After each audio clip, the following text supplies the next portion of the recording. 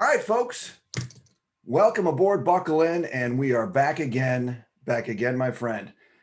Welcome to another edition of Kolon's Corner here inside Losie's locker room. I mentioned it out on Twitter today. Today is a special edition today, as it is postseason 2021. And with us today, head coach Chris Kolon. Hello, coach. How are you? I'm great. How are you? I am doing splendidly, coach. It's a great day. Sun was shining. That's the first time I put some shorts on. Work from home in the shorts. Yeah, I washed my car with one of my kids. It was great. Oh, nice. I was saying on my broadcast on Saturday at I was supposed to do your game. I had a great that my day was just it was perfect. I had your game on ESPN3 at 11, then over to Brother Rice, and then I was going to do the first Brother Rice game, which started at 1, and then I had the 3 o'clock for the main event, Brother Rice Forest Hills Central. I was going to have it was a triple header, Losie's locker room / at Lax Losie. Wow, that's exciting. I know. Sorry, you can blame poor Quinnipiac, right? Yeah. No, that took a turn quickly, didn't it, Coach? I mean, Yeah, it's funny. With Canisius beating Monmouth, that would have put them in the de facto 1 seed and regular season championship. right. So not playing the game turned into, if they would have beat us, I don't know which way it would have gone. I think it would have been a pretty interesting game. But since they didn't play us, they would have fallen in the first place, which, sorry for them, but unfortunately they're not going to get the regular season because of the COVID situation, and they're not going to be able to play in the tournament. So we now have a 7-team tournament, and let's knock on wood that no other team, test positive, and we can play it out the way it lays. So Yeah. let's hope. I haven't really done the data to take a look at it, but I mean, would you say if you had to stack up the number of games lost due to COVID, that the MAC might be right near the top? No, no. I think any season. I mean, everyone's missed games. I mean, it seems like the larger, probably, the Big Ten hasn't lost that much. The ACC hasn't lost that much, but south of that, there's been a lot of cancellation. So I'm not sure if the MAC is leading that. That might be a good night if you can't sleep type of thing. But NEC's missed a bunch. You mean tonight, like tonight for me, right? Yeah. I'm sure you're on it. So I'll be. I'm sure it's 7 a.m. I'll get 5 texts of all the different conferences and how many games they missed. So. You just may find it on Twitter, Coach, under the cloud of darkness, as they did all the games for the week and the scores from last week in high school Michigan. Yeah. And then, of course, I had a couple of people like, I'm seeing it doubled up here. I'm seeing this game twice. I'm like, listen, I don't know what to try. It's the best attempt, right? Right. I mean, I think it's a good enough structure that everyone can work around it, right? There you go. Right. All right, so let's jump into it. Postseason edition here. This is it. I mean, we had no idea when we did our first, Kolon's Corner, which seems like it was yesterday, doesn't it? I mean, yeah, it's flying. It's like, it seems like we were playing we were going to play St. Bonnie's, in Detroit, a year and a half ago, and when the season got canceled. I mean, it's amazing that we're all the way full circle back to conference tournament, back to Bonnie's. It's hopefully I'm trying to make it, as this season has been interesting and difficult, and kids have been great, and I hope we never have another season like this ever again. This one has this is every time we played Bonnie's, I think about that moment where we canceled Bonnie's on a Thursday and everybody went home for COVID. So it's always every in COVID, everything blends. Yeah, it's the COVID calendars I mention all the time. So let's take a step back. Saturday was, not about me and my broadcast, right? So, it was supposed to be senior day. A number of seniors been in with the program for 5 years now, right? Because we got post grads and and I had talked to you a couple times, and then when the news hit that Quinny was backing out, there was a little bit of harshness. I mean, I was upset because I saw them come to they played Marist 3 nights earlier, and then to back out. And let's talk about it from the kids' perspective. The senior day, they were looking forward to it. Parents as well. How did you handle that, and how are the kids doing? Well, I mean, we did a closed senior. We do a senior banquet every year. We did it as a kind of a closed one where we zoomed to the parents. It was a very small event. It wasn't what we usually do. We usually do a nice banquet. Kids talk about their time at U of D, and we did the best. The kids, these kids are so resilient, and this group especially. They're such a great group of kids that they're handling it great. They all have jobs and things to do after this. So, and graduate schools and law schools and things like that they're doing. So, boy, they've handled it great. I can tell you that lacrosse is a healing sport, right? I mean, sometimes that becomes cheesy or becomes whatever. But we had a scrimmage. We 7 a.m. scrimmage, get the guys up early, and I'll tell you, in my 12, 13 years of hanging around U of D on that turf field, it was probably the best scrimmage I've ever seen. Really? So we got, where we were emotional and we were hurt and we really wanted to showcase ourselves in front of, the world and have that game that honors the seniors and honors kind of their work and give that emotional output. These guys just did it in a different way, and they did it in kind of a private way. And it was, I mean, I'll remember that scrimmage forever, at least for me. And I know, Coach Katsier and I watched it right next to each other. And I know that he was saying the same thing. We were just kind of moved by the level of play and the level of, we hope that will carry on to what we're doing in the MAC tournament. But it was a very, while it on the surface looked horrible, we kind of internally handled it, and lacrosse ruled, right? Lacrosse became the healing thing that it is, the game, and it was pretty cool.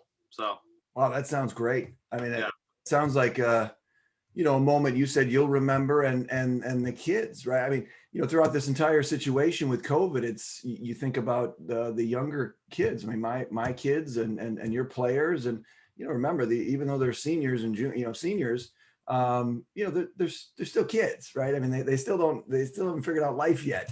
And so to be able to kind of put something like out there for them that they can reach to and look back on when COVID comes up in their 40s and 50s and down the road, they can go back and remember that game. So I think that's great. Awesome.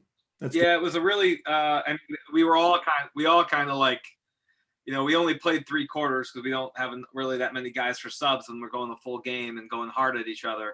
But at the end of it, we all kind of said, was that really that good? Like, was that the moment we were looking for? And sure, you like to do it in front of other people, and you like to do it in a public setting and with live stats and the broadcast and on ESPN and everything. But we kind of had that internal moment of what the game really is. So that was pretty cool.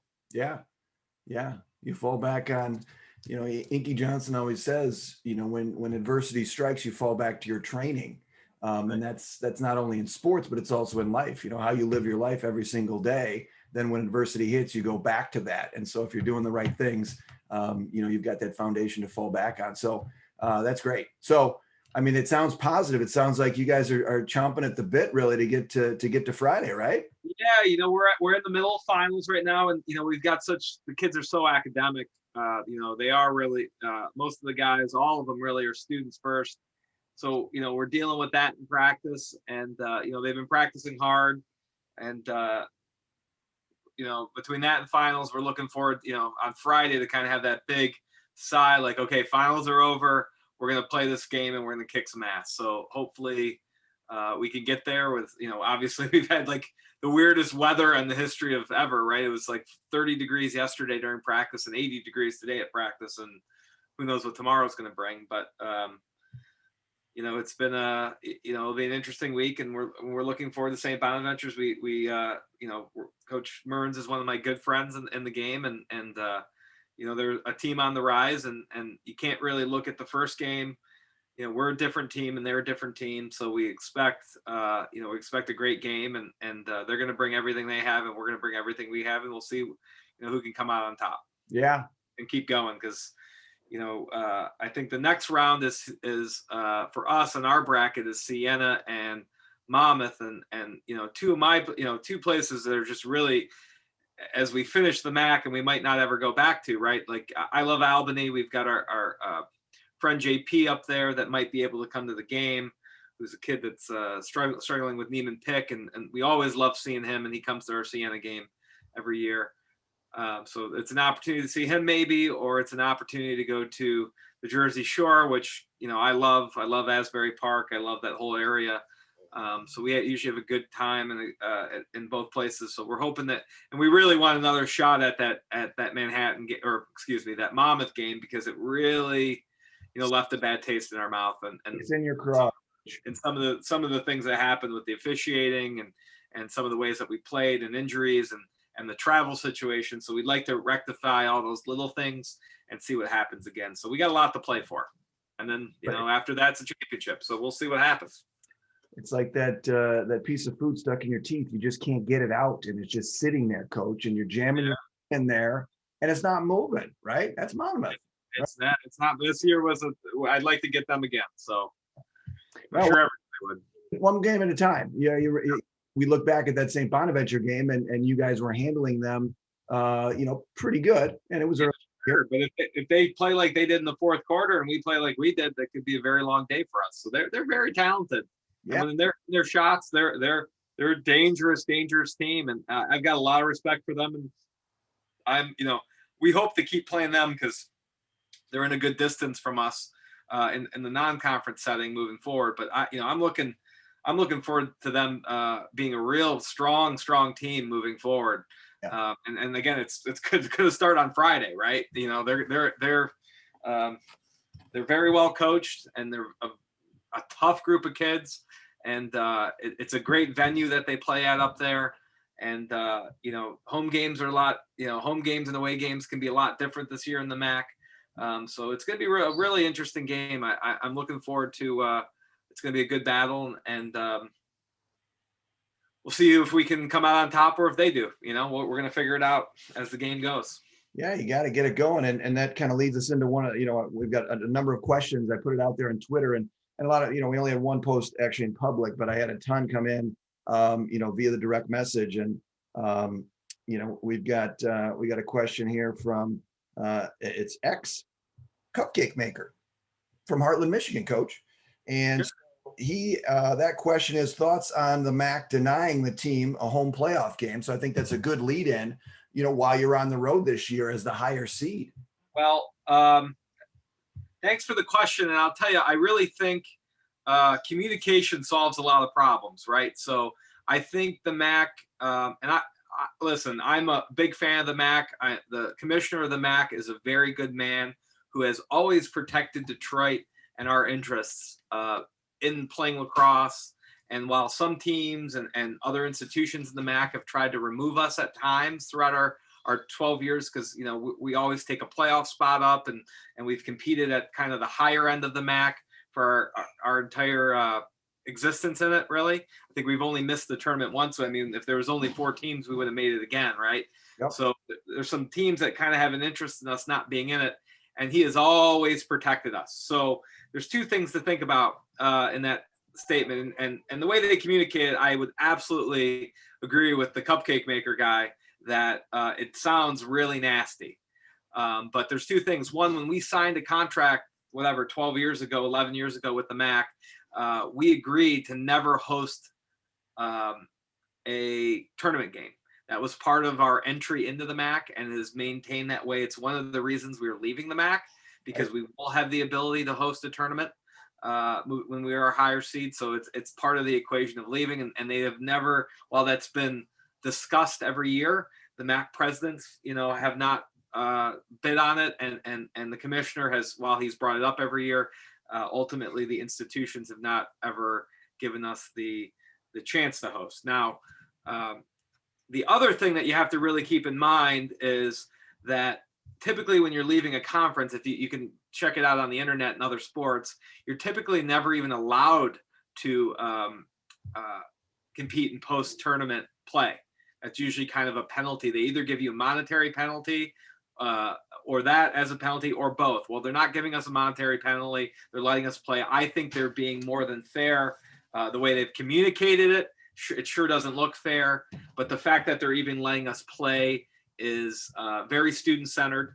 Yeah, it's going to suck that we have to, sorry to use that term, but suck that we're going to have to, test in Detroit, go to St. Bonaventure's, test. If we win, test back in Detroit, go to another site, come back, test, and then go back to a third site. So, between, most of those schools, that's a couple-hour drive at tops. For us, it's a significant time on the bus, but, we're used to it. We're going to enjoy it. We're going to embrace it and love it. And we're very happy for the opportunity. So I would hope that we can understand where those folks are coming from in the MAC offices. And I'm telling you, they've always been a better situation. So, yeah. I think people, there's so many things, right? I mean, especially in this year, right? It's like, it's so quick to, be negative, and it's so, I mean, that's what we see in our society, don't we? I mean, it is so quick and so easy to be negative in any situation. And I was that way with the Quinnipiac announcement, right? I mean, my mind automatically shifted to like, all right, there's something amiss here, right? There's something, nefarious maybe, or they're because they get the higher seat and everything you talked about. But in the end, that wasn't the case, and I feel bad about it, right? I mean, I'm like, what's up with that nonsense? So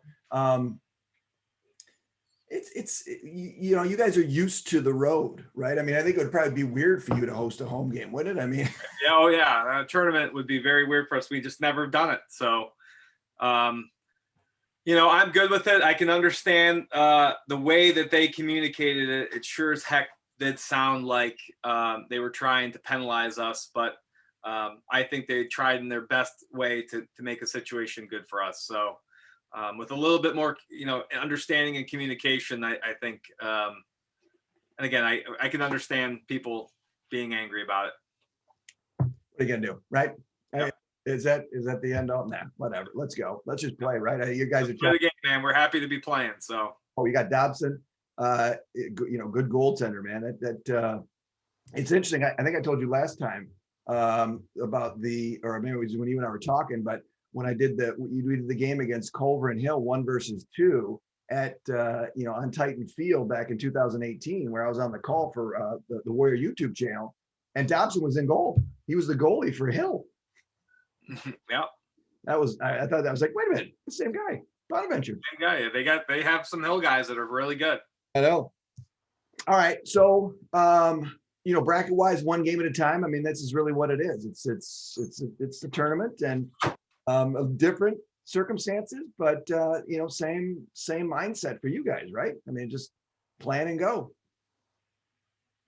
Yep. Good. All right. Well, let's stick on. Maybe we'll get in another question here too, Coach, and then we'll kind of we're just spitballing here on this postseason show, right? I mean, what are we going to do? Well, let me ask you this.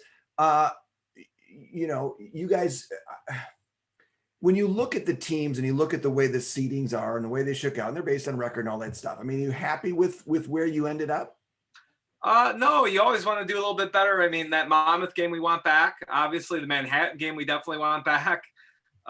We'd sure like to have played the first game in Marist, we kind of were, I think we played about where we were at that moment, but we'd sure as heck like to have had them again at home, and we would have liked to play Quinnipiac. So, the ball went really well against Canisius, and it was the first time against St. Bonaventure, the ball rolled our way pretty well too. So, you just like it to roll, you'd like to have those games and that you lost back. And there's some things you'd like to fix in the games you win too. But, we're always trying, right? Yeah. Again, I don't try to, I try to live for today and in the moment. We try to kind of fix what we need fixed, and then we kind of leave that in the past. Right. So, Yeah. I just want to play. I'm ready to get on the bus. I'm ready for practice tomorrow. On Wednesday, practice on a little morning practice on Thursday, and then getting on the bus and going to St. Bonaventure. So that's where I'm at mentally. I don't really think about what I really want back. I don't put too much time on that. I know I have feelings about it, but I don't really spend too much time on it. If we have a second chance at some of the teams, we'll continue to evaluate what we did wrong and we'll move forward.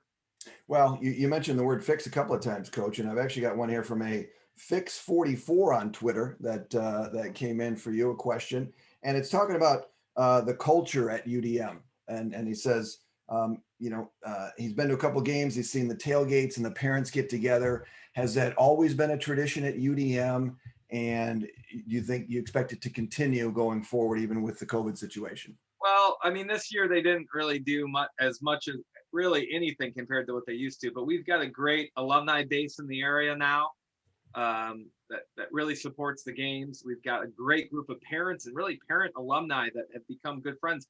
Part of that is the travel, right? Like, they're traveling to games together and that's kind of a culture thing here in Michigan with travel lacrosse. You kind of have to travel a little bit to play really good games here in Michigan. So, yeah, we just, we have really good kids and really good families. Like we love when people come back and support the team. It's a little, we're trying to build something. It's that tailgate little area is always a great little corner of the game. And we're hoping as things open up and by the time next year rolls around in the spring that, we'll be full bore with our tailgates and, roasted pigs and things, all the stuff that we usually do. And Those games. smell. So, yeah. I'd do the broadcast, I'd come out of there, I'd be so hungry, and that smell would just, the aroma would just fill my nostrils, Coach. Yeah. So, it's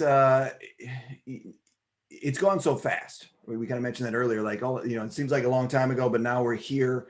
When I asked you this question, really in our first or second Kolon's Corner about, it's going to hit you that you guys are going to be done with this conference, right? And you're going to keep you want to keep the Bonaventure because of the logistics, but have you given that any thought as we get to that point? Well, we probably should do that. We should probably give that one a whole 30, 40 minutes. I think I'll get this summer a little retrospective on the MAC and some of the great games and moments. We've had wonderful games. I was talking with the Marist coach during his whole shutdown about just some of the amazing, battles that we had with Marist over the years. And we actually watched once the semifinal and what year was it? It was at Canisius that year. And we actually kind of watched it at around the same time. He was probably 30 minutes ahead of me, but he said, "Hey, I'm watching this game." And I'm like, "All right, I'll put it on." And boy, those were some battles. So that should be probably its own show. Sure. Well, we could get PJ involved here, maybe move in some video clips and stuff. Yeah, we've got a lot of good ones. You could bring some alumni on too, or whatever. We've had some really great moments in the MAC. So we've had some heartbreak and we've had some just amazing moments. We don't need to. I have my favorite game is the one year that we went up to Siena and beat Siena when I think they lost to Duke that year, Syracuse and Detroit, and they were a great Siena team. I think it was Brian Breck's last year before he went to Rutgers, and it was just it was just everything went right that day. For us and again, we'll talk about that maybe on its own show. A farewell to the MAC, a MAC off. MAC off would be good. Sound right, but I'll figure something out.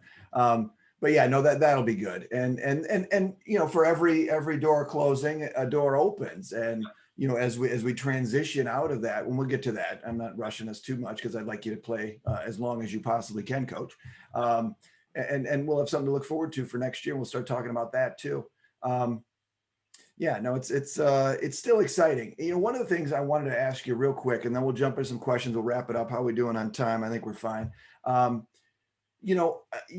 I'm involved with high school lacrosse, not only in Michigan, but the Midwest. And I've taken it upon myself this year to be more actively involved, to get out there. And I'm doing the scoreboard pictures, which I know you liked, and I still got to get on Instagram. You mentioned that last time. But one of the things that I've noticed in all the lacrosse that I've watched in Michigan and also in some other places, not so much Ohio, is, and it could be the fact that there was a year off, right, where these seniors didn't get the opportunity to follow behind another class, but it really goes to the team concept.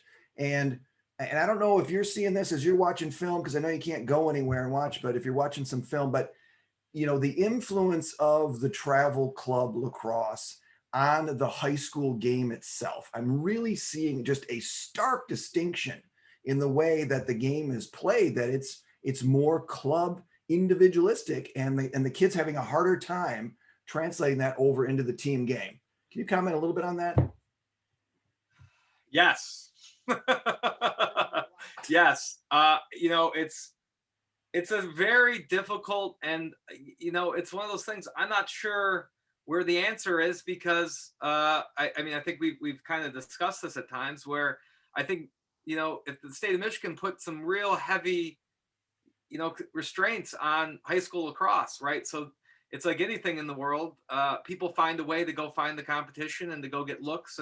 Right. And I mean, we had one of the, and again, I don't, we don't need to beat this dead horse, but the Nally used to bring 100 coaches. Ran it. And it was a high school thing, right? And again, those coaches used to come in a day earlier, and maybe they go watch some games in Grand Rapids, or maybe they go watch some games, in the Detroit area.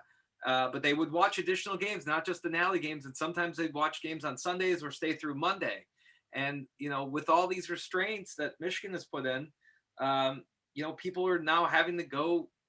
It's shit. Crap. I mean, I've had to go watch Michigan teams play in other areas, like that's absolutely silly. But it's the reality of where we are today.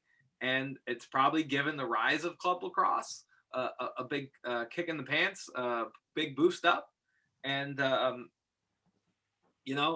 until we take another look at that, and allow some of those big type of events and things, while I think I think the intent was always student centered. It was trying to grow the game.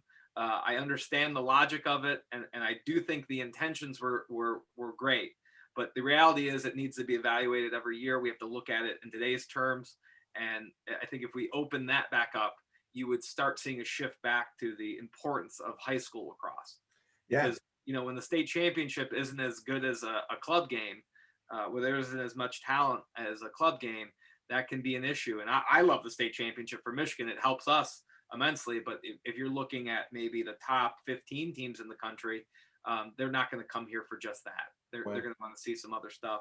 And I think the pendulum could switch back very quickly. So. Well, that's my second point on this, and then we'll move on from it. But from a college coaching perspective, as you are evaluating kids, because I have this conversation with dads and with players, and as you're evaluating talent, and you see that kid out there on the summer tour, and he's lighting up and he's going around people, or if he's a deep hole, he's doing what they do, and they get the highlights, but are you wanting to look at high school film to be able to see how they adapt in that team environment? How important is that to you? And does that vary from coach to coach?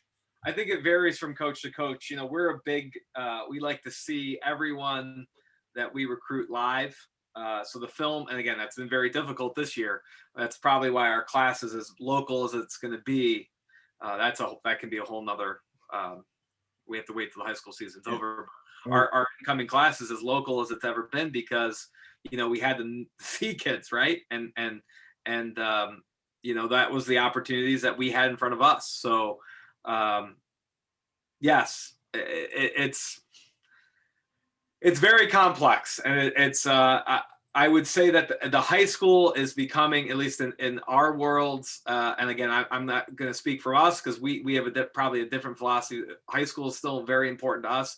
I would say for the highest level guys, I don't think they're looking at high school Michigan stuff very closely.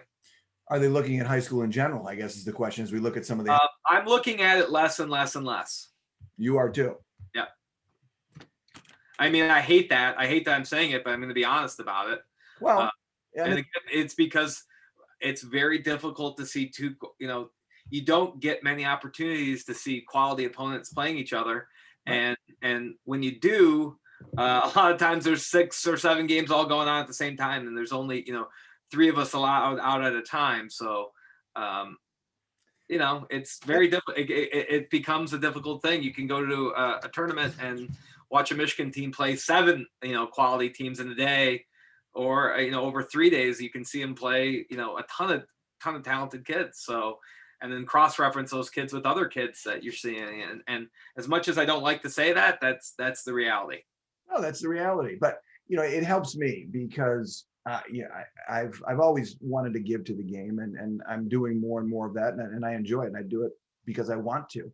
But I think about the scheduling part of it, right? And so there needs to be. So as I look at next year for high school, I'm going to make a concerted effort to try to put together some of these. You got the Midwest tournament coming up right now down in Cleveland, right? That's going to be. That was a wonderful recruiting event. The fact that we're not really allowed there is incredible. Yeah, but you get to watch. You'll be able to watch the Zoom. I mean, so that concept. So you'll be able to get the team and you'll get the competition at the same time. But Michigan teams can't participate because Western Reserve is going to be there, and they are banned by this. So yeah, it's one of that event, not this year, but typically has probably 100 college coaches at it. So and again, it doesn't promote everybody in the state of Michigan, but I think if you raise your level high enough, I know the people that run that tournament and run the event. Again, I was at Seaholm when we got invited to it because the level was high enough, right? And if they see a team that's good enough and will bring value to their tournament, they will add you. And to me, that's a better way to grow than saying, well, let's just require 2 teams to play each other and have a score of 36-5, right? That's not raising anybody. That there's no love there. There's no love of the game. That's no way I would ever want to end my sons to end their career playing lacrosse in that kind of situation. So I know we've beat that dead horse multiple times on multiple podcasts, but maybe someone will listen. Yeah, I'm gonna be a vocal. I've talked to a lot of people, and I've gotten to be really good friends with a lot of coaches in the state of Michigan. At least I think they are. They act like they are. But I've said, how do we do this? How do we do this? Even if it's simple things. We talked about this with Paul Cosgrove and Greg Durham the other night. Simple as just allowing open stream. Yeah, you can have some restrictions in there, and you need to do this or that and follow a couple of steps. But don't, right? No, there's a revenue situation, and boy, has the MHSA lost a lot of revenue. So I think they're just trying to recoup some of that. I don't think that's it's every year though. They're a private business. They're trying to make money. Yeah. All right. Let's move on. All right. Let's get back to a couple of questions here, Coach. We got time. Let's see. All right. Here's a question from Mr. Paul Zarek at Zarek72, I think it is. And his is simple, Coach. Lafayette or American? I'm an American guy. All day. I know I get a little bit of crap for that, but Grace is a great friend of ours. She really supports our lacrosse team. I think American is a little bit cleaner of a dog in general. I think it's a little less messy. I think Lafayette's for people who we're Detroiters, man. We live Detroit all the time. We don't need fake grit over at Lafayette where you think you're getting a little bit of gritty Detroit. I think that's just old Detroit. We we get our grit every day, all the time. And, American's just a little bit better. It's a little cleaner and it, you're not going to get a pink eye in the bathroom. And you're not going to, the dog is going to be a lot cleaner. It's going to snap. And I think the onions are a little bit fresher. Yeah.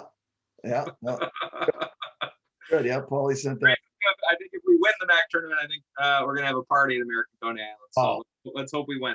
Don't tempt me. I had 2, I didn't get downtown, but I just grabbed a couple of Conies from Leo's before my broadcast. I had 2 dogs for the dual broadcast. There you go. Nice. Here's another one. And I didn't write the tag down, but it says, I'm a rising freshman in high school, never played before. And so I want to start playing the game. What advice would you have for me? Go hit. That's when I started. Well, I wasn't even. I was a sophomore when I started playing lacrosse, and I fell in love with it. I did a lot of, a lot of independent practice. I think, everyone thinks they need to do clinics and things like that. But then I think a lot of kids today will do a clinic. Like, I run clinics and that all the time.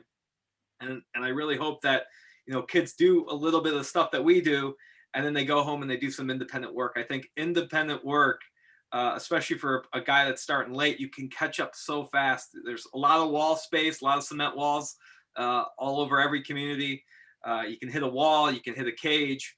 But I think independent work for a rising freshman that, hasn't played, don't be shy to be the guy out there, at 7 o'clock, 8 o'clock at night, just playing lacrosse by yourself. I lived by Harlan Elementary when I was growing up, and I spent a lot of time on that wall by myself. And then I did a lot of running and training by myself too. Yeah. And that probably made a big difference. I still did, clinics and leagues and all that. There wasn't travel teams back then, but and events and all those kind of things. But I think my real growth happened by myself. Yeah. So that would be my advice. I've told a number of dads that have talked to me about getting their son involved, and like, the dads, not everyone's played lacrosse, and so like, well, what do I do? How can I help? I can't. The dad doesn't know how to throw either. And I said, listen, you play baseball, yeah, sure. Take your mitt out there and just have him throw it into your mitt, and then you throw it back. Simple as easy. And the beauty of lacrosse is everybody's a little different. The 6'5" guys can play and a 5'6" guy can play. So you got to find your game, and I think that is with repetitions. And I'm not a big believer that everybody has to throw the same way, or you have to standardize stuff the same way that I think some other coaches think. But there are some fundamental things that you can learn. But some guys, if you can do it really well, that's only going to come from repetition. So fundamentals. Yep. Because we see it all, especially at the high school level right now. You really see that lost year for these kids, because just the simple catching and throwing, and the lacrosse IQ, right? I watch practices for a number of teams in the area, and the kids either have it or you don't. You can't teach that cerebral, that piece of the game. And the other thing that was really valuable for me, that's so easy for kids now, is my friend Paul Tilden and I used to, for US Lacrosse, we'd, send them $10 and they'd send us a rental of a VHS of, Final Four game, Syracuse, 92 or 93. And you watch that game over and over again, and you just basically try to look like them. I tried to look like Rick Beardsley. That's what I tried to do. He's a good friend of mine now, which is a great gift. But as a kid, everything I did, I would watch videos of him, and then I tried to emulate him. Yeah, so, I did the same thing in hoops. Scott Skiles, Mark Price, all those guys. That was that's my second piece. I think a lot of individual practice. You can do clinics and things like that, but working on your own, and then God, just going on YouTube and trying to look like the best. I mean, shoot, sign up for the PLL and watch it this summer. And if you look like those guys, you're going to be a darn good player. Yeah. Yeah. Another one that's not in the questions, but it's come up a lot. And, a person who's become a good friend of mine, Michael Ward at the One Man Ride podcast has really, he fell into a situation with, that really was involving the mental health of our youth and our kids. And I look at, you got young kids too. These kids are, these are all young kids, and the mental health that they've gone through. And I know you're keenly aware of that. You're a cerebral guy, and you better living and all of those things. And, is there anything that you've done as a coach with your team through all of this in terms of things to look out for? Anything that tips you can give out there to maybe some coaches, and then also something to say to the kids too, maybe around mental health? Well, this year I've been so fortunate to have that older group of kids to really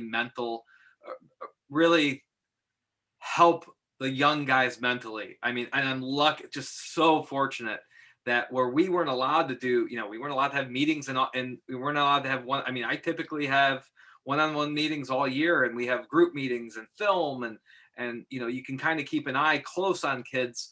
And if a kid's down or up or where the situation is. And this year we weren't really allowed to. So I was lucky to have a very emotionally intelligent and mature group of seniors that really helped those younger guys along. And when there was a big issue, I mean, some of the bigger issues, I'm sitting in the parking lot at U of D, talking to a kid 6 feet away from him with a mask as we're talking about some, pretty strong issues for a kid. So you got to find, I guess my point is you got to find a way. You also have to trust in other people. And again, I had to put a lot of trust in some, 21 and 22-year-old kids to be honest with me and to look out for other guys. So, luckily that took a lot of time working on our culture. Right. But you got to make sure that there's somebody that people can be open to, and kids have to know that they feel loved. I think that's what this game's about. It's always what it's been about. Even when you're being a little tough on kids, it's always from a place of love. So I think if coaches, think about it from that standpoint versus, I'm always right or what's right, what's wrong. Try to do the thing that's a little bit more loving, and eventually the right thing will come out. So it's been difficult, no question. Yeah.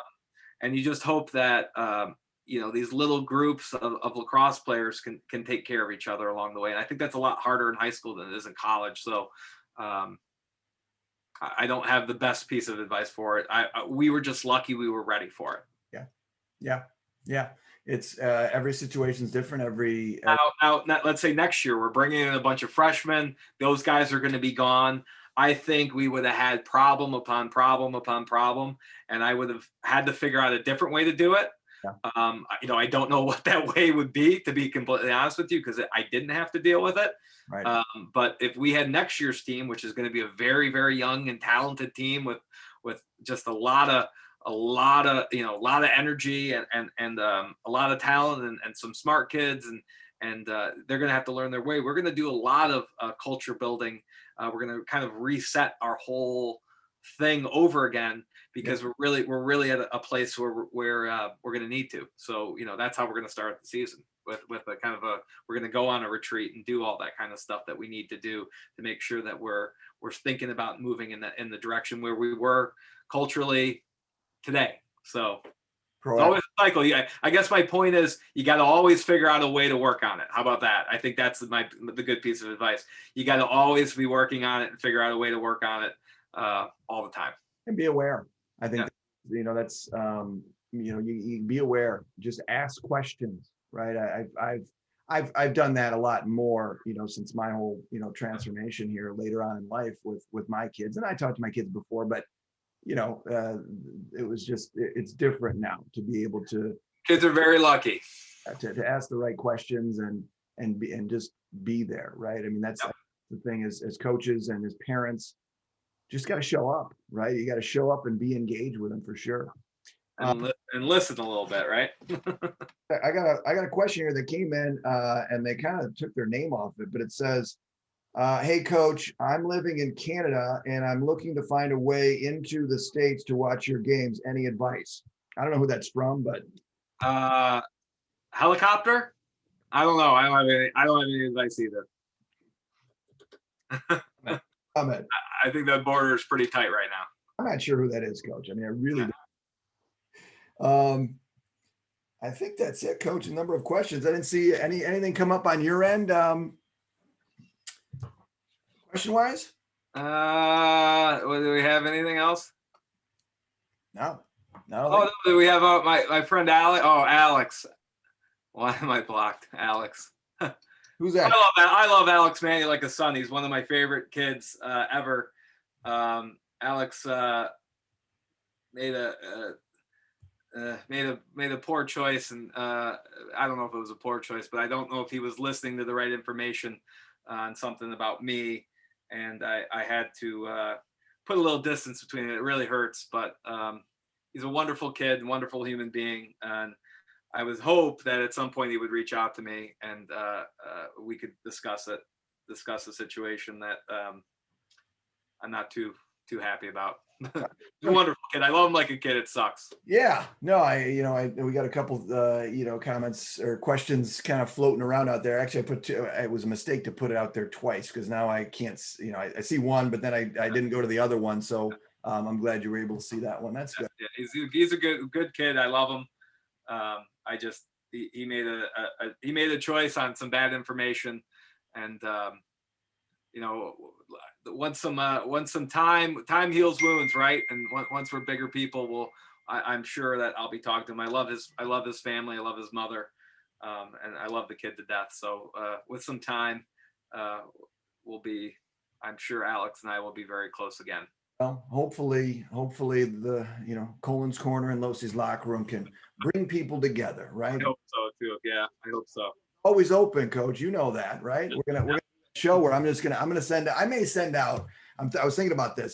Alex would be probably one of the best people to have if we're gonna do a retrospective on the MAC. I think he would be probably Got a lot entertaining, and he has some of his moments are some of the best moments. So him pulling his scoring a goal, and then with his illegal stick pulling it, he just did so much fun stuff that he would be a great one to have on. So maybe you should reach out to him that way. Yeah, we got Mac Retro. We got another one for you, and then I'm going to do another locker room where my idea was, because I've got to know the coaches in the Midwest from a high school perspective, is I'm going to send out maybe just a blanket email and say, listen, from this time to this time, the locker room's open. If you can make it, pop in, and not know who the guests are, and then I'll just sit here and wait for people to come in, and it'll be just like a shooting gallery. Who knows what we'll get? Yep. Might be fun, right? Yep. All right, Coach. Well, we're clipping up on the hour here, buddy. Anything else you want to address as you guys get ready? I think the games. We are allowed 2 fans at games, so the MAC has requested that 2 fans. So if you know somebody on the team, you have to get on a list, and if you're on that list, you can come watch us live. So that's a pretty cool step in the right direction. And so if I want to go Friday, how long is the drive? Number one, and then about 5.5, 6 hours. It's away. 8 o'clock. It's 8 o'clock.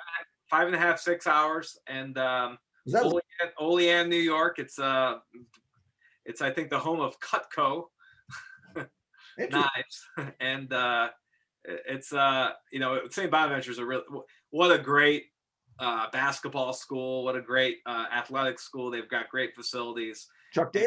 And I'll tell you, one of the best athletic staffs, from an athletic director down, and I mean the coaches are amazing too, right? But some of the best people when we go there, and their fans are rabid too. I think one year they were throwing beer cans at us. They were just rabid about the game. It was, I think, their first home game ever, and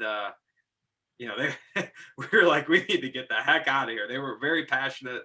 Some of their older alumni came back because they used to have a Division I team. Oh no, yep. It was, for a while, and all in good fun, and all, once the game was over, we were all good, but it was just a lot of heat during that game. Well, if I think I told the guy I think a guy threw a beer can at I think at Jared Schultz, and it hit him. And I was pretty late to the game because I had to let the guy know how I felt about it. So yes, I remember that. And we could probably save that for the MAC retrospective. Yeah, we'll save that one. I would love even Coach Burns on that if we talked about St. Bonaventure. That was just a great moment. So I think that I would like to be involved in it, right? I mean, I don't have the technology. I mean, I guess we just wing it like I do pretty much every this whole thing, but we'll do something Metro, a MAC retro. I think that would be fun. Yeah, we could get probably some of the coaches on. That would be, I think some of the guys would do it once we get a little distance between the competition, right? And we talk about kind of. We're not doing it next week, Coach. No, that's what I mean. If we give it maybe sometime when even if I'm out recruiting with a couple of those guys, which I do a lot of now, I'll probably do a lot more that we're not competing against each other. We can maybe put 2 of us on and do some fun stuff. Oh yeah, no, my schedule. I'm always available to jump on. Locker room's always open, Coach, 24/7. Yes, it is. Yes, it is. Taco Bell. Hey, so any keys for the game? Anything that you're, different team than you played before with So the We're going to have to be the best version of ourselves.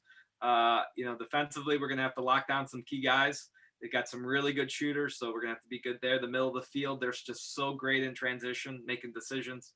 So we're going to have to limit that. And offensively, we're going to have to keep our feet moving and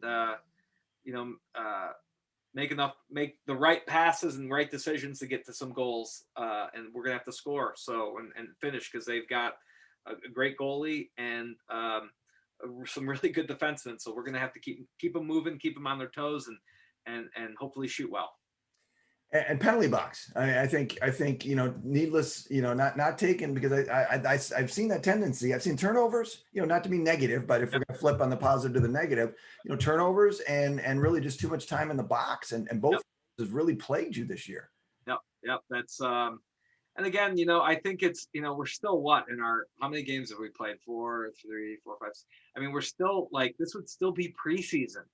We wouldn't even be in the conference with the level of games that number of games that we've played. So, a lot of these cracked eggs, we've, between fall, playing a couple fall games and real fall practices where we didn't really have, we're so where we are at, and the kind of kids that we can recruit, we're so, we coach as we go so much. And a lot of teams do that. Maybe not the top 5 or 10 teams in the country, but most of us coach as we go. So, it's just still learning and still trying to figure out, even though we're experienced, it's still different every time you play.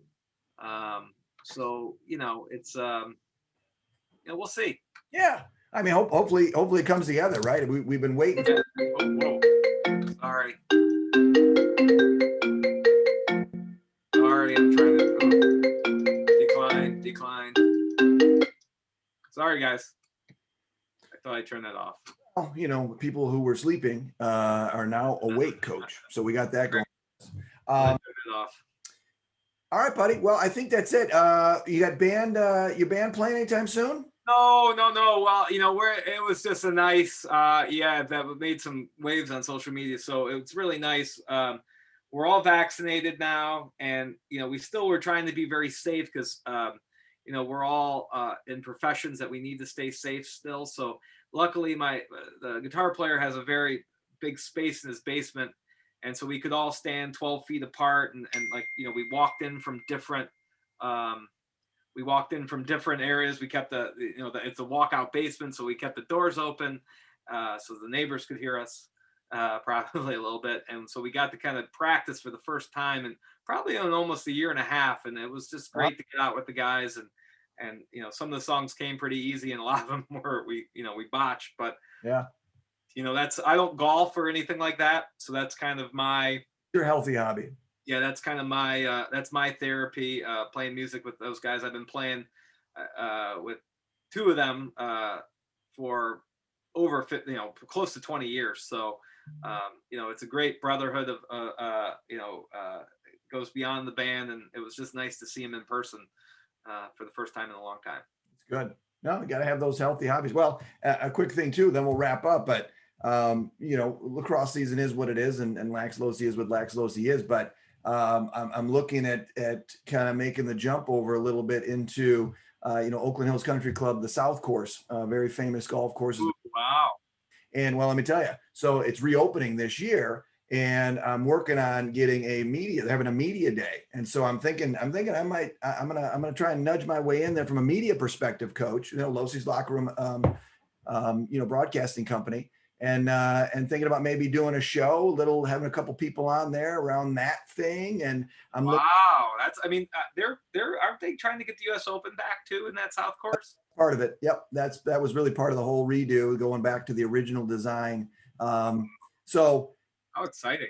I'm just looking for ways that maybe I just keep this going, right? I mean, when the lacrosse season ends, typically that kind of shuts me down. And then you got May and the high school season, and maybe you parlay it into the some of the club search. We coaches, we can't be everywhere, right? And there's just so many great events in the summer that maybe a service where there's live broadcasting and commentary, especially in some of the bigger games and bigger matchups. I would say there's value for that, right? And, yeah, I'm loving doing. I mean, it's fun. I've got, I got to, upgrade my equipment a little bit here And with the NHLCS, I mean, come on, how many of those games would you love to broadcast? I'm there anyway, right? Yeah, that's the thing, so. I was, I won't be there now unless I do it for fun. And then I've got little Abby who made the varsity team at Mercy as a freshman, only freshman on the team. He's So very good.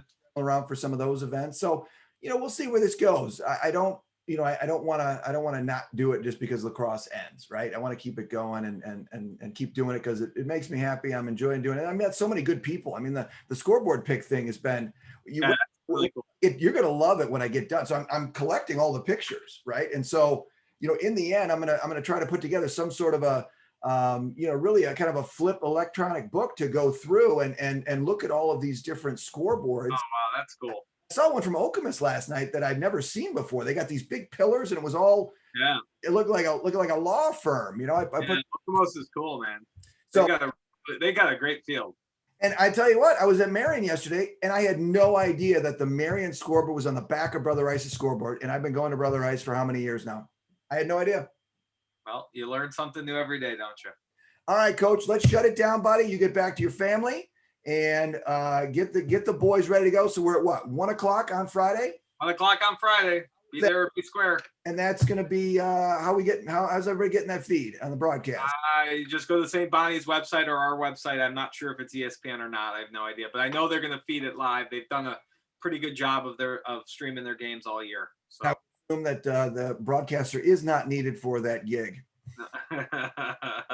Available 24/7. Locker room's open, Coach. All right, man. All right, buddy. Thank you, bud. And we'll talk to you soon. Good luck, Titans. Thanks, and everybody, thanks for joining us inside the locker room.